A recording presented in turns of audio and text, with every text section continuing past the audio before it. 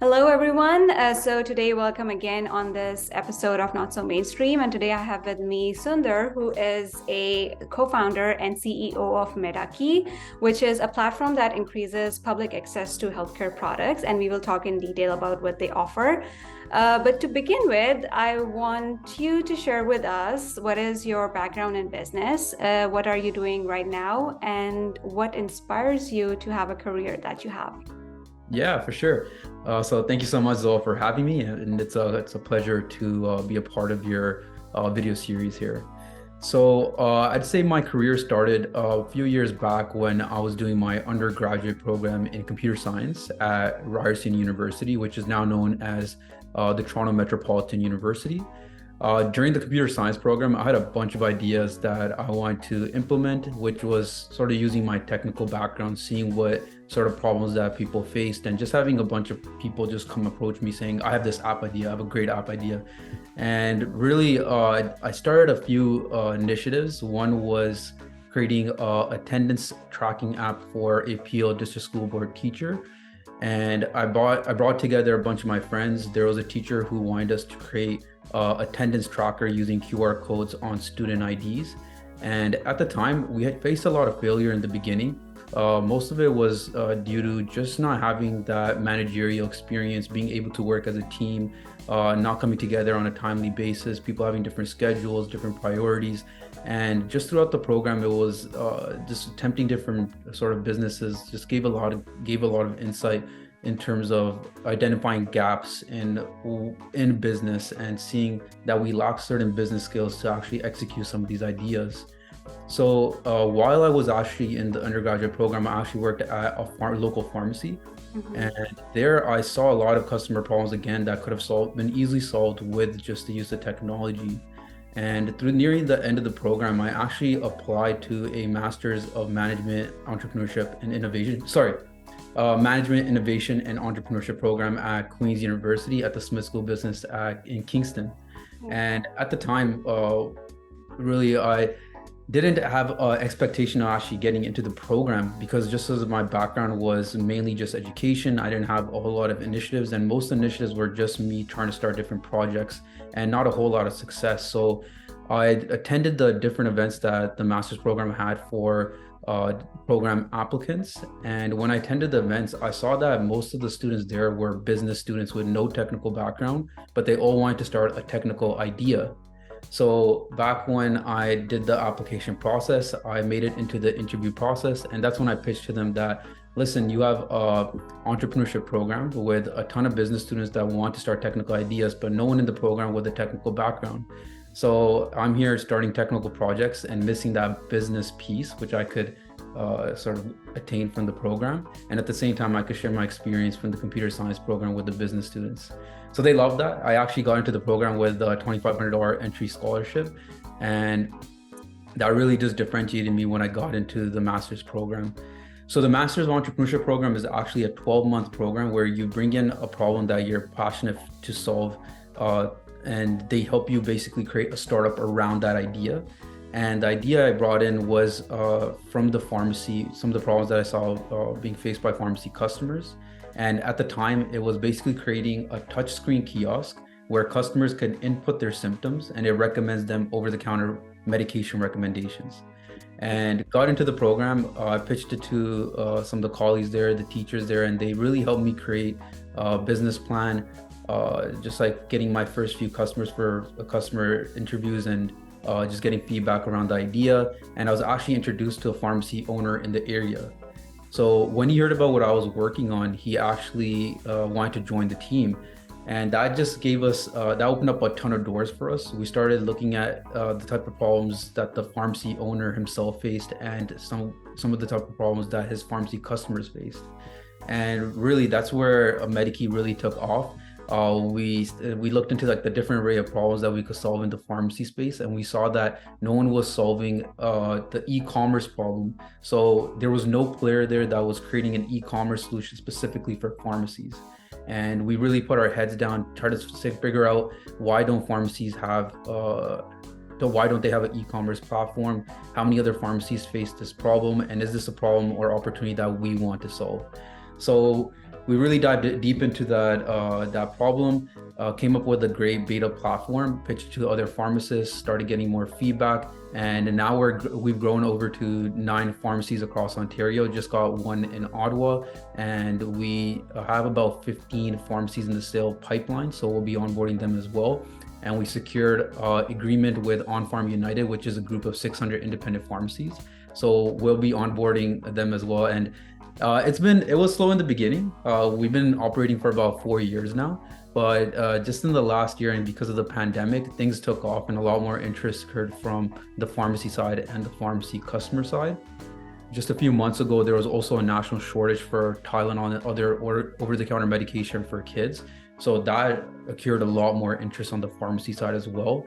And yeah, we've just been in the space now, just trying to solve problems. And because the interest is picking up over time, gaining trust of pharmacy groups and different pharmacy owners, it's opened up doors for us to create partnerships, integrations, and work with different players. It's been quite nice. Yeah.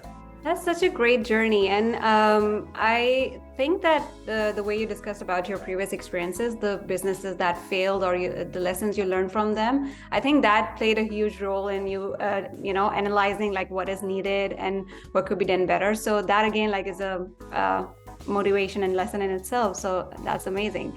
Another thing that I got from your, while you were describing it, that how to convince the admission department like to get you.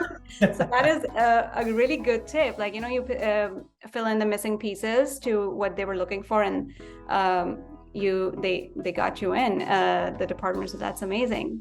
Absolutely. And the way you shared about your experience with working in the pharmacy before even starting with the idea, that was actually like the foundation of your idea. So how do you see real life experiences, like on-ground experience and your observation about it, that impact your decision and your business process, business planning, proposal, and all those things?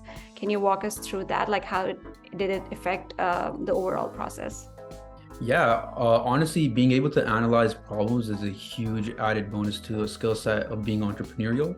So you want to be able to identify problems, and a way to do that is by seeing what type of common problems are faced by different array of people. And when you could sort of pinpoint that this is a common issue that keeps coming up, you can sort of use that as initial validation for a particular idea that you might have. And when you get enough validation, you can start investigating, is this an opportunity or is this a problem that I'd like to solve? Is this something that I'll be able to solve and actually make a business, be able to create a business model around? And it serves as a great early validator for a business idea. Just being able to see like customers coming up to you, asking the same questions, and then you thinking, okay, I can sort of streamline this and create a solution for it so that these customers can use this solution instead of having to ask over and over again. And that's really how we started MedaKi as well. A lot of customers were asking, hey, can I take this Tylenol for these symptoms? And I wasn't a pharmacist, so I'd have to redirect them to the pharmacy. But the pharmacy's focus is mainly filling prescriptions and doing medication counseling. For OTC products, they're not really focused on helping those particular customers. And at that time, I was actually working at Shoppers Drug Mart, where it's more of a corporate area, and there's less time for certain sort of customers where they want to focus on filling prescriptions. So with the OTC consultations, they didn't get the customer service they wanted. And that's sort of where I pinpointed, if they can have a touchscreen kiosk where they could just input symptoms, get the recommendation, they don't have to wait in line to get that answer from their pharmacist. Another great aspect about your question is just I actually support myself because I'm an academic assistant in like multiple entrepreneur classes at Queen's University. So one of the courses we teach is design thinking.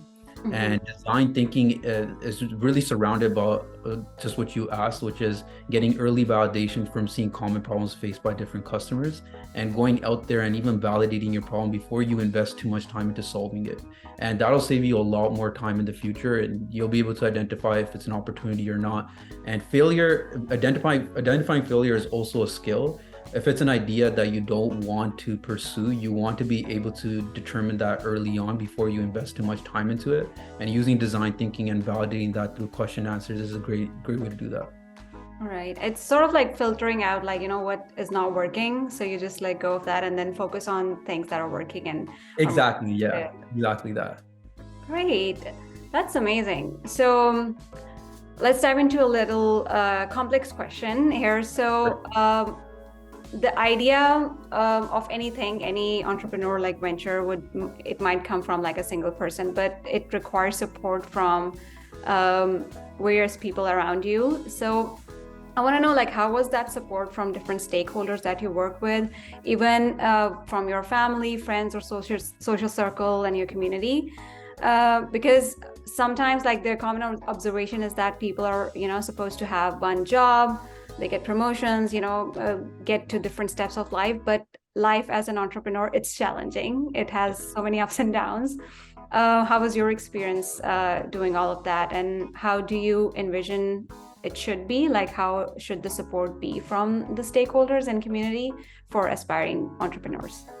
Yeah, it's a great question because a lot of people ask themselves, how can I support myself while I do this sort of journey? And that's like the biggest risk. It's a lot of time investment. Some ideas, you might just be a week away and after investing 3 years towards success. And if you give up just 1 week before that time comes, you just don't know. So creating that support environment is really important. I was really fortunate in my case where I got into the Masters of Entrepreneurship program right after my undergrad. And because the program was surrounded by entrepreneurship, I got the opportunity to pitch this to my parents and say that this is what I want to do. It's a 12-month program around creating a business. So I'd appreciate if you could support me while I do this business. So I didn't get any sort of financial advantage from them, but I did get to stay at home. I minimized my costs and I bootstrapped my business by winning different pitch competition and raising grants.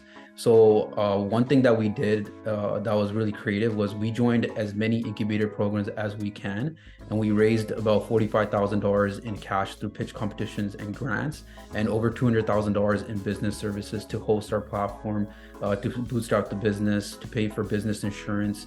And we really just used a lot of programming and different government services, that as many as we could, to start the business and get it up and running.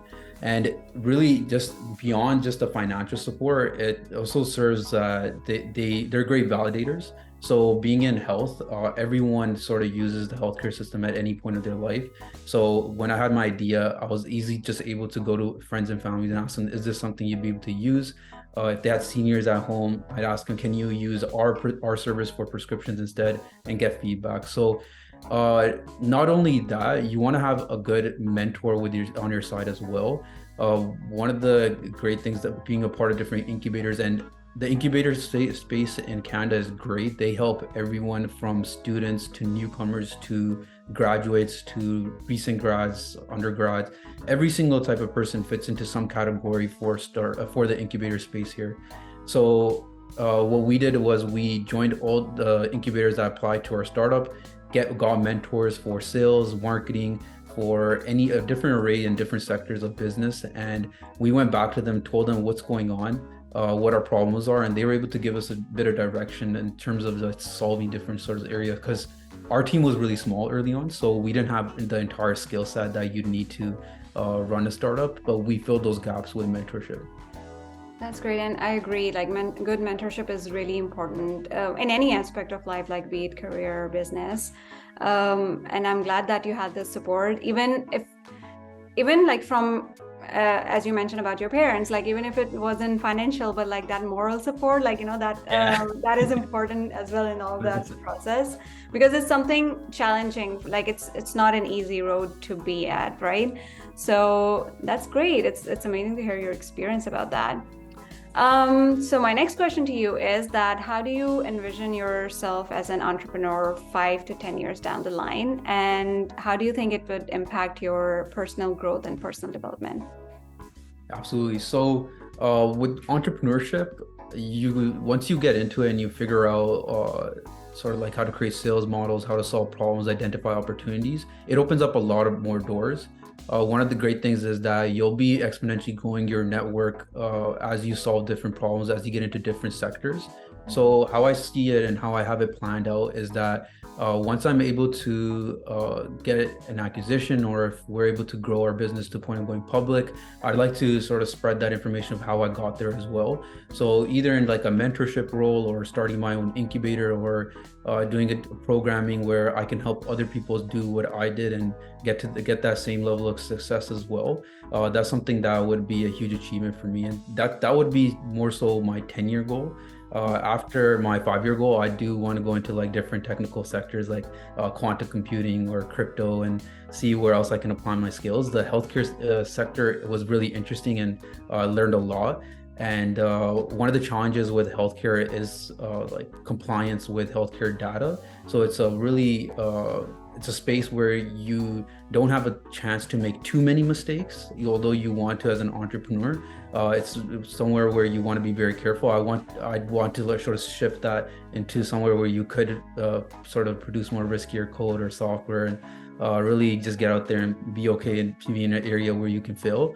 In healthcare, you have to be very safe. Yeah, you're dealing with people's healthcare data, so with releasing features as well takes a lot more time to enter the market than any normal industry or sector. So 5-year plan, I do plan on looking into other streams, and then 10 years, I plan to go into more of a mentorship role and try to teach others how I got to this point as well.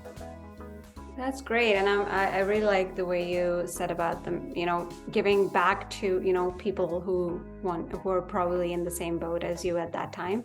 So that's amazing. My final question to you. So what are we expecting in the coming days? Like, what is upcoming news and updates for MedaKi, and what we should look forward to?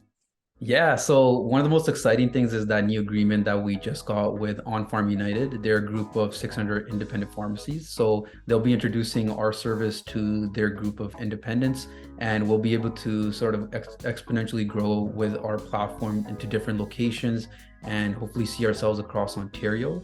Nearing the end, actually just about 2 or 3 weeks ago, we got our first pharmacy in Alberta as well. So we won't just be only Ontario wide, but hopefully we'll be Canada wide as well. And after that, of course, we plan on going to the States, and then hopefully going into the UK as well. So we're looking forward to growth. We have a great product now that we're just looking to scale and get into different pharmacy locations and help them generate more OTC orders, get them more prescriptions. And hopefully we'll be raising investment as well. Our first seed round will be coming up after we get a few more pharmacies, and we'll be reaching out to angel investors and different VCs that we already have relationships with, and let them know that we're ready to scale our team and scale our software across different geographic locations. Perfect. So exciting times are coming up. That's Yeah, great. absolutely. Yeah. Yeah, thank you. Perfect. So excited for you and the whole team who is working behind it. It's such a great platform. Like, making things easier for the customer is always a good way to give to the community. It's a business, but at the same time, it's solving a problem. So it's great. Thank you so much for your time. I really enjoyed our conversation, and good to know about different things you have been through to reach to this point where you're at. What I will do is I will share the website details for MedaKi, and all the details like social media platforms that you have in the description, so that people can go in and check what you're doing. And yeah, with that, thank you so much for your time. And whoever who is watching, I will see you in the next video. Thank you. Thanks so much, though.